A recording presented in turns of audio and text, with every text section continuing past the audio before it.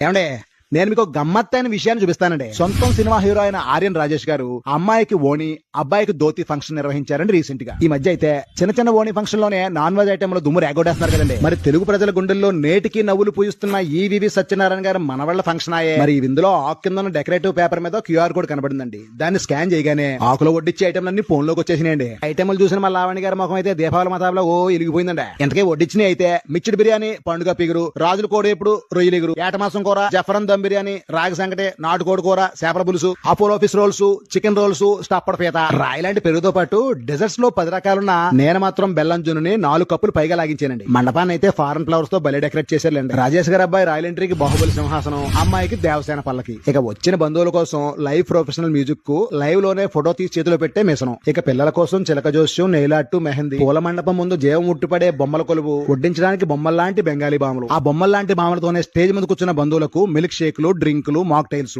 ఇంతకీ ఇంత గొప్పగా సినీ పరిశ్రమ వారే ఆశ్చర్యపోయేలాగా ఈవెంట్ చేసింది ఎవరనుకున్నారు? మన రావులపాలెం ఆదిరెడ్డి ఈవెంట్స్ వారండి. అందుకే 2 రాష్ట్రాల్లో ఎక్కడ జరిగినా బిగ్గెస్ట్ ఈవెంట్స్ తప్పకుండా అయి ఉంటుంది ఆదిరెడ్డి ఈవెంట్స్.